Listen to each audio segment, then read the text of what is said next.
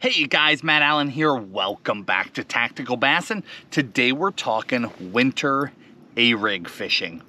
I'm going to show you how we build out a rig and then some of the tricks we use to catch fish all winter long.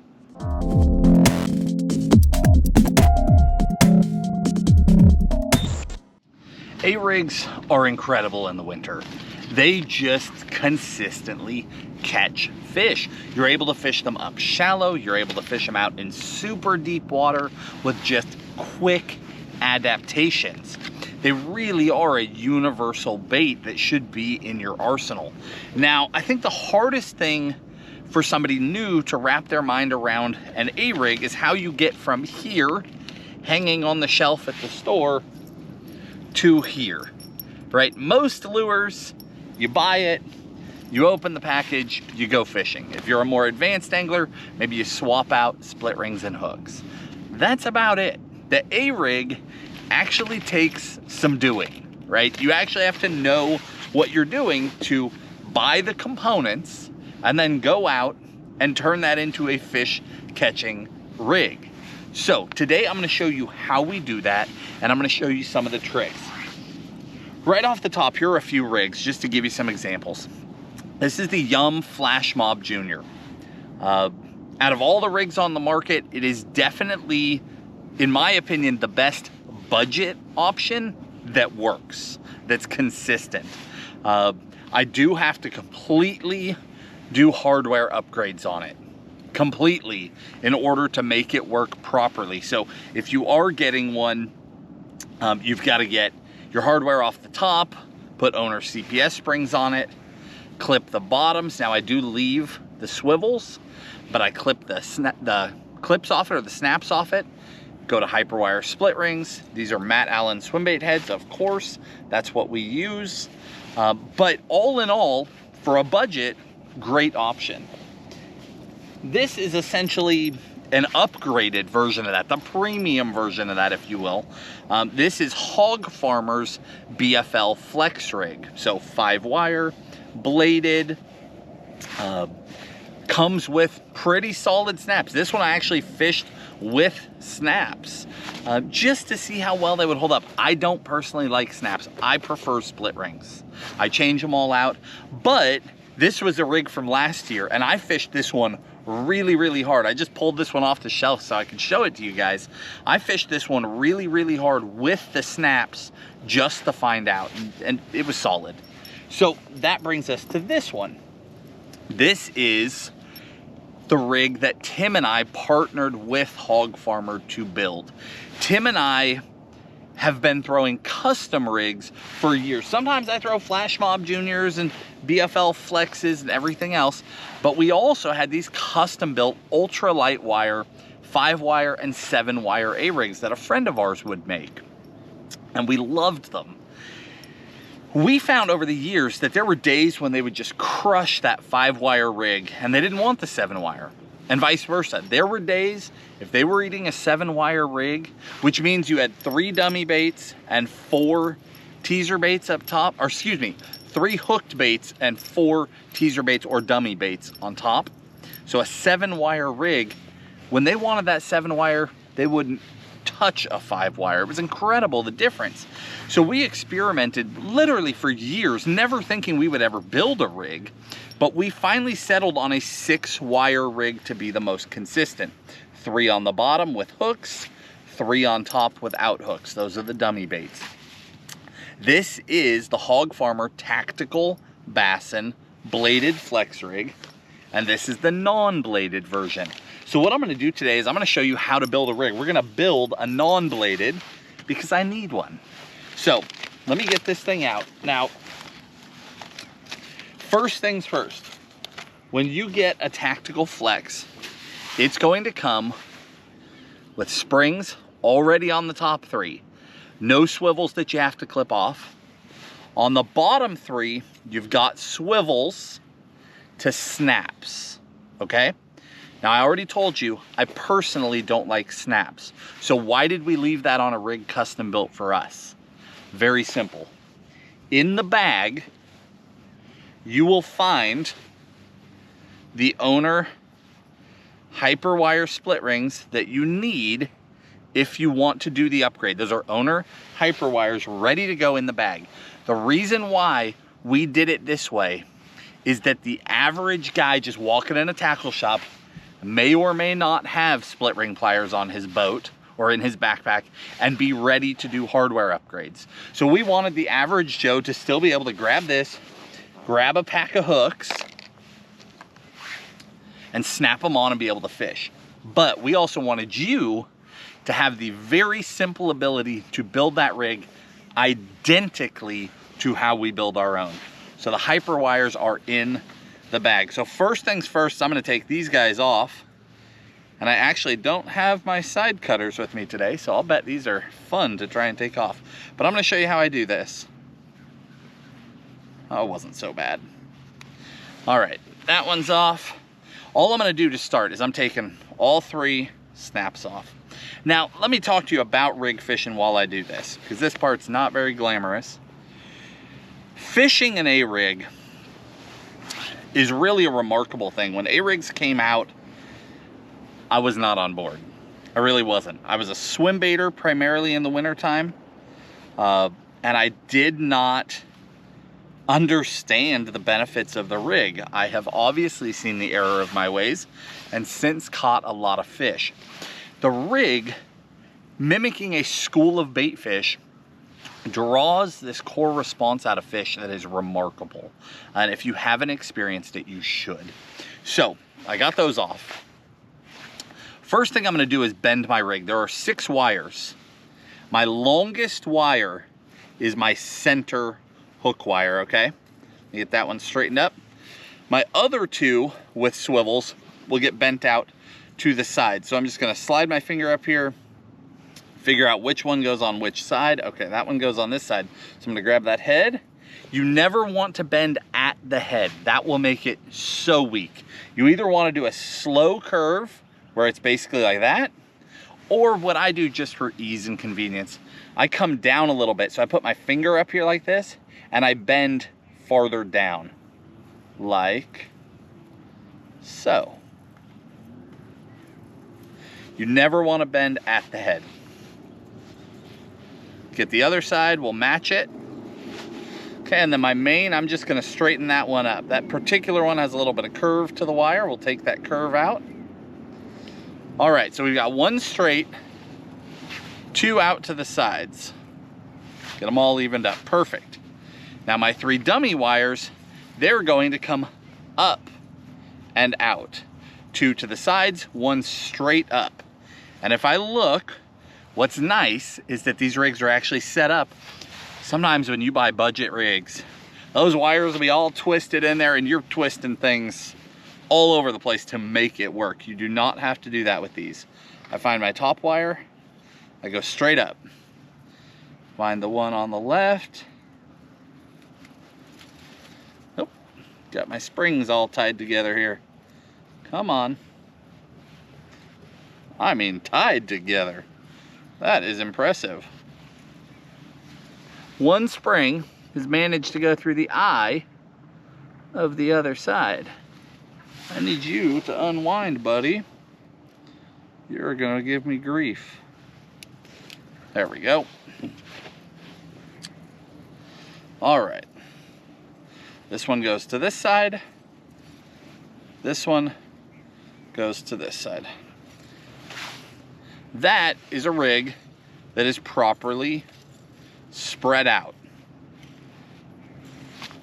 Simple. It really is simple once you've seen how to do it. Now I'm gonna jump ahead here for a second. We're gonna finish rigging this, but I'm gonna jump ahead. Let me talk to you about the swim baits and the stuff.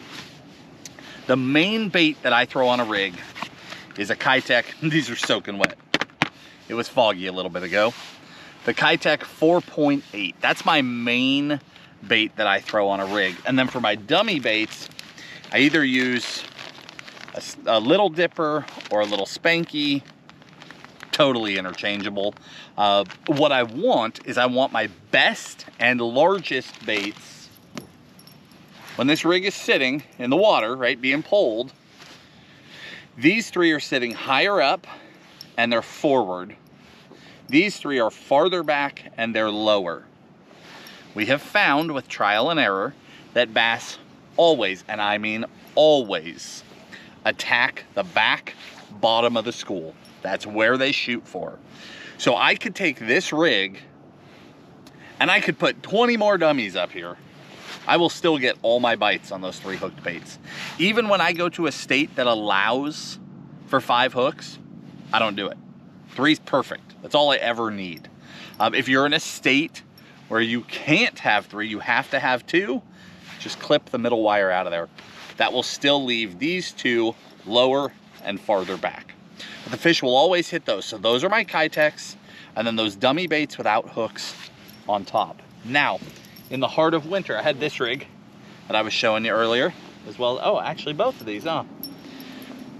Here's a prime example. So, in the heart of winter, when the water gets really, really cold, Kitex have this big, wide kick.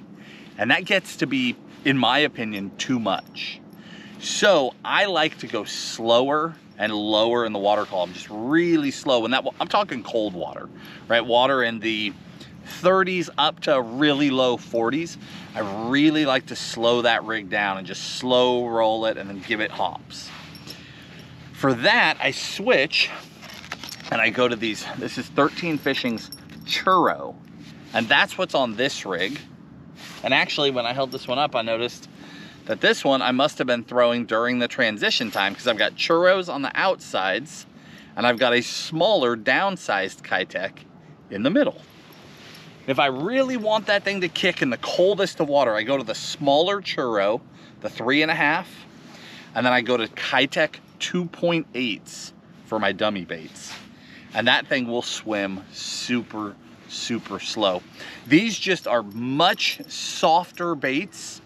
And where a Kitec does this, these just sort of roll. If you try to fish them fast, they don't really work. This is cold water, slow rolling, and then again, we pop and work the rigs a lot. So I'll be slow rolling and then give it 2 pumps. Slow rolling, 2 pumps. When you pump it, that rig is swimming along. When you pull, the whole thing shrinks up and then expands. Shrinks up, expands.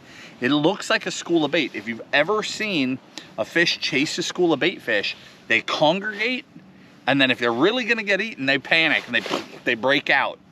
That's what you're mimicking. And those fish, when you do that, you bring that bait ball together and then it expands. When it comes together again, they smash it.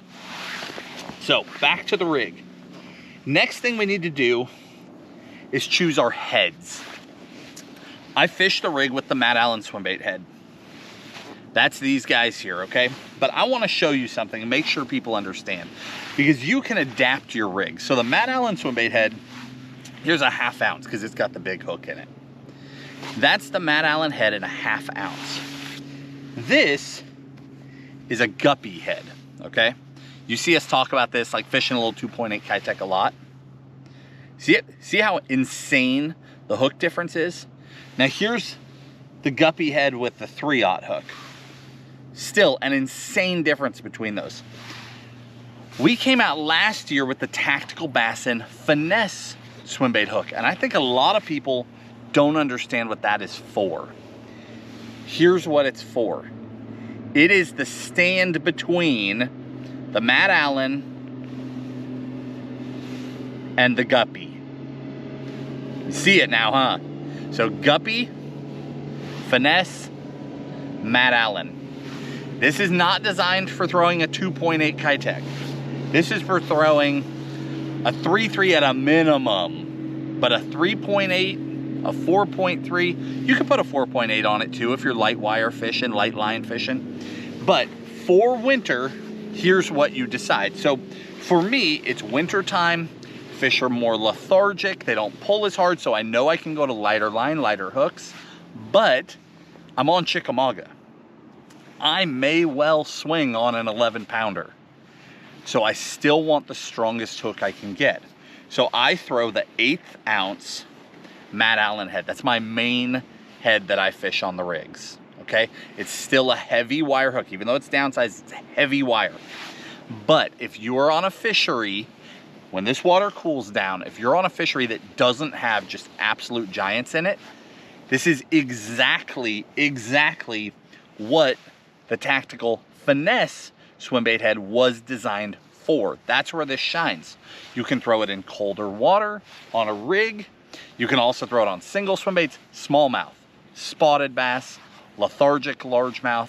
That's what that was for. We wanted an in-between so you could go to lighter line, not have to have such heavy line and heavy gear to set on fish. We were trying to fill that gap. So if you didn't understand the differences in the hooks, now you do. Today we're using the Matt Allen because, again, I'm here on chick.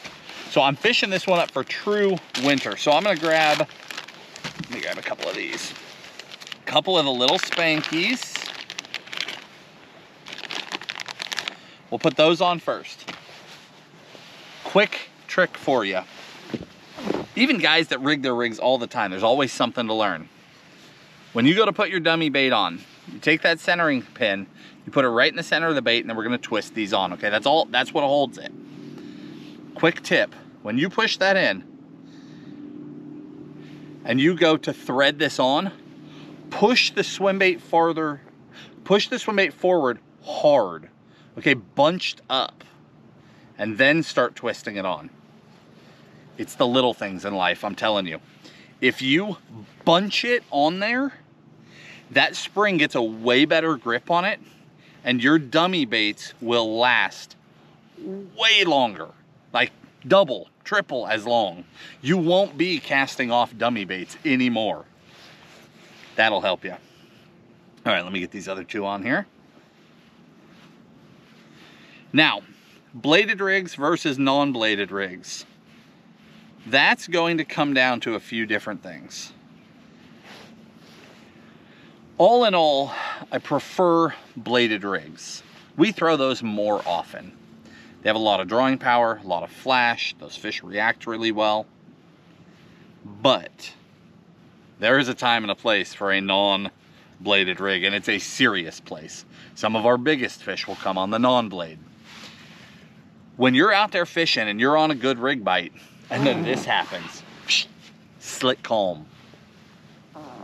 Especially if you've got clearer water. If it goes calm on you, it is time for the non-bladed rig. That's why we're building one. I did not have one in the boat today. We're building me one for my current situation. So we've got our dummies on there. Now, where'd I put my split ring pliers? All right, split ring pliers. These are Texas Tackle. I don't remember what size offhand, but in the video description, I'll be linking all this for you. These different rigs, our rigs, the heads, the baits, what they're for, my favorite colors, all of it. And I'll link you the right size of these as well.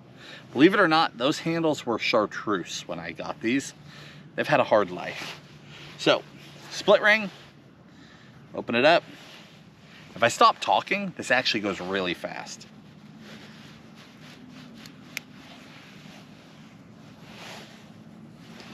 But if I talk, I could go all day long here setting this rig up.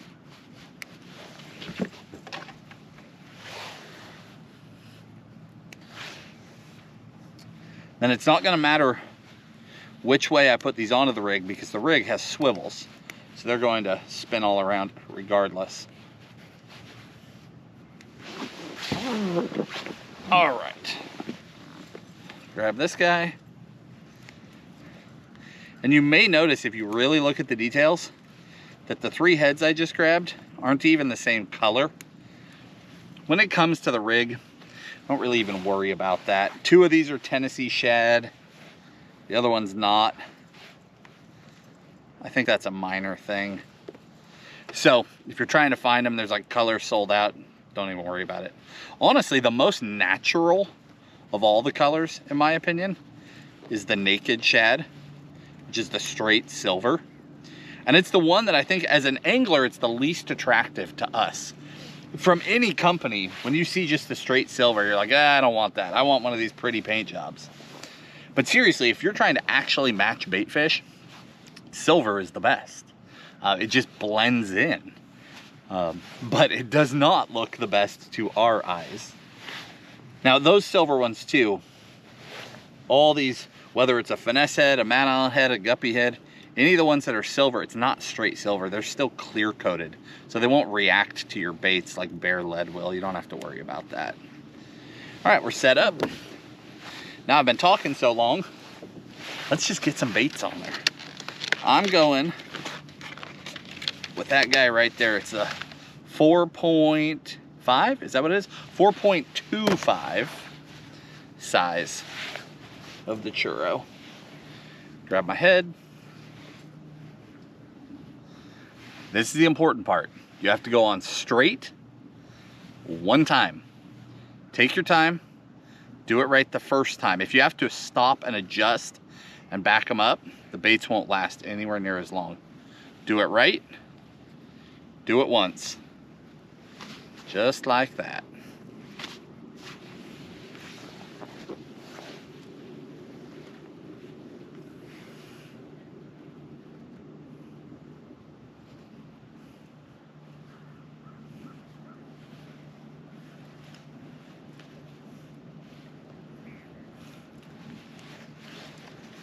One more.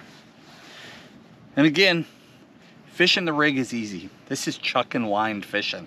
This is like fishing a chatterbait, a spinnerbait, any of that stuff. Yes, it weighs a little more, but don't let that get in your head. So when guys started out throwing rigs, when this was becoming a thing, a lot of people were throwing like super heavy swim bait rods, all sorts of crazy gear. You do not have to do that. And we'll get back to that in a second. There it is. That is a completed rig. 3 perfect baits on the bottom. They will all track perfectly in the water. That swivel keeps them straight. They'll be back there rocking and rolling.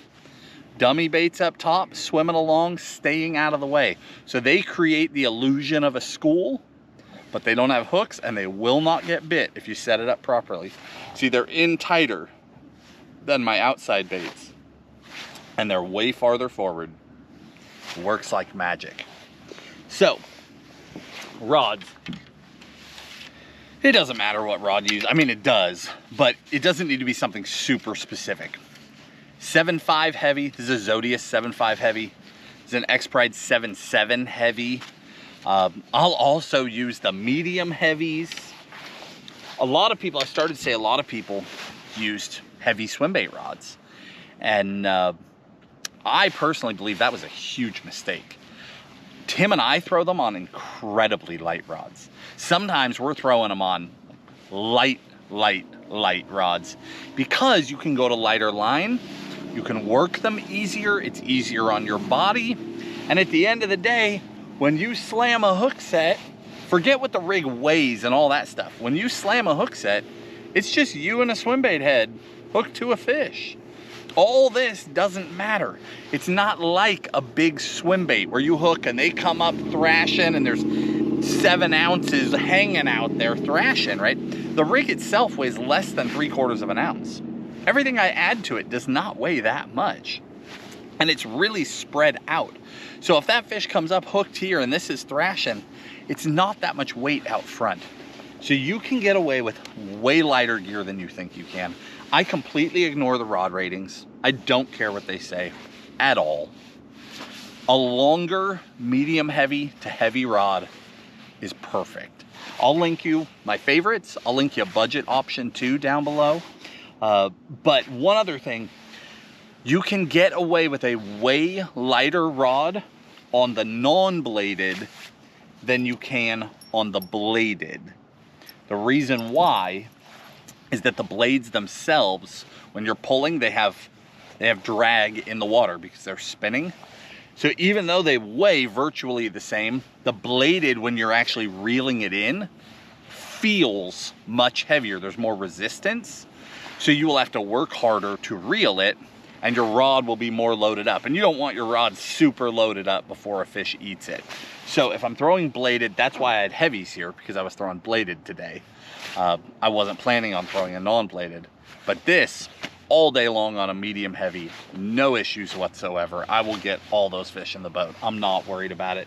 And again, I don't care what the rating on the rod says. If I tie it on and I go to make my first cast and the thing feels like it's gonna break in half, the rod's too light. If it'll lob it out there, because you don't slam a hook set with an A-rig. You roll back, let it fly. And that's important. You want to let that thing fly, and I keep a little bit of thumb pressure on the spool while it's flying, because then the rig will fly straight and it will land straight. If you go overhead and just sing that thing, it'll tumble through the air and your line will wrap between the wires, and you'll get, when you get a bite, it will cut you off, it'll break you off. So when you do it, lob cast, nice and gentle, it's not hard on your body. Lob cast it with a little pressure on that spool, and that bait will fly straight, land straight, perfect retrieve every single time. Guys, winter rig fishing is a blast. You need to get out there and do it if you're not already. You can throw them anywhere that you would throw other baits. Throw them on bluff walls, throw them on outside points, throw them over the top of rock piles. If you're on a dock lake, throw them around or under docks. Fish will come out of the woodwork to eat that school of bait fish. And sometimes you get to catch them more than one at a time, which is amazing. That is good fun. Guys, I hope this video helps you. I'll link everything in the description, like I said. If you enjoyed the video, hit the like button, subscribe to the channel, and we'll talk to you soon.